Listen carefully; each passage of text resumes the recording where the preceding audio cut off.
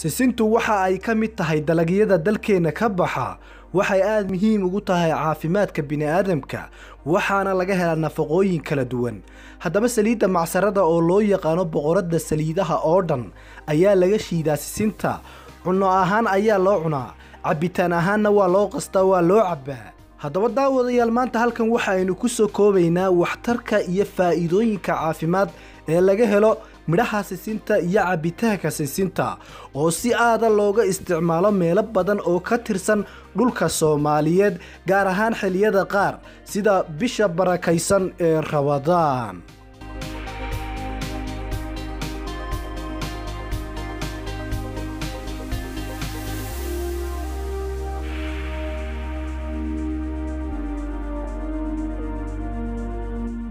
daawadayaal mawduucana waxa idii soo jeedinaya anigoo aan Nacayb Tire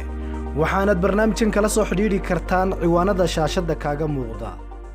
ugu horeyn sisinta waxa laga helaa fiitamiino kala duwan iyo macdanaha jidhka bini'aadamka uusan ka maarmin sida kaalshiyamta birta magnesiumta iyo waliba sinkiga haddaba waxa la ogaaday caafimaad ahaan in sisintu ay u roontahay caafimaadka wadnaha iyadoo hoos u dhigta dufanka kolestaroolka oo halis ku ah xididada wadnaha waxay kaloo hoos u dhigtaa cadaadiska dhiigga ee sareeya sidoo kalena macdanta magnesiumka iyo waliba macdanta loo yaqaan phytate oo ka buuxa sisinta darteed waxay ka hortag fiican u yihiin cudurka kansarka sababtoo ah waa sunsaarayaal awood leh sidoo kalena sisintu waxay kaloo kobcisaa caafimaadka lafaha maadaama ay ku jiraan macdanaha lafuhu aysan ka maarmin sida kaalshiyamka iyo sinkiga iyo kuwa kale badan sida darteed waxay cilmi baarayaashu sheegaan in cudurka lafabeelka aan lagu arkin dadka joogteeya cunista sisinta iyo cabitaanka sisinta iyo waliba saliideeda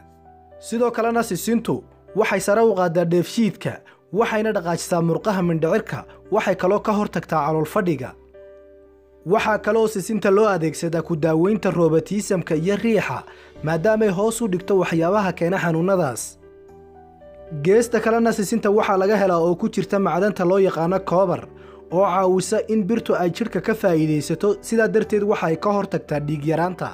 geesta kale waxaaba intaas sii dheer in sisintu ay u roon tahay ilkaha timaha iyo maqaarka sababtuna waa fiitamiinada kala duwan ee ay xambaarsan tahay sida darteedna sisinta oo lagu afuro gaar ahaan bisha Ramadaan waxa ay baabiisaa haraadka ama oonka waxay furtaa cabitaanada cuntada daacaqurun ama daacashiir iyo calool xanuunna ma keento waxaana laga sii qaadaaba firfircooni saayida sisintu haddaba kama mid aha cabitaanada kiciya aashitada caloosha ee keena cudurka gaaska haddaba haddii aad heli kartid sisin aad shiidatid ku dadaal cabitaankeeda iyo isticmaalka saliideeda insha Allah waxaad dareemi doontaa caafimaad hor leh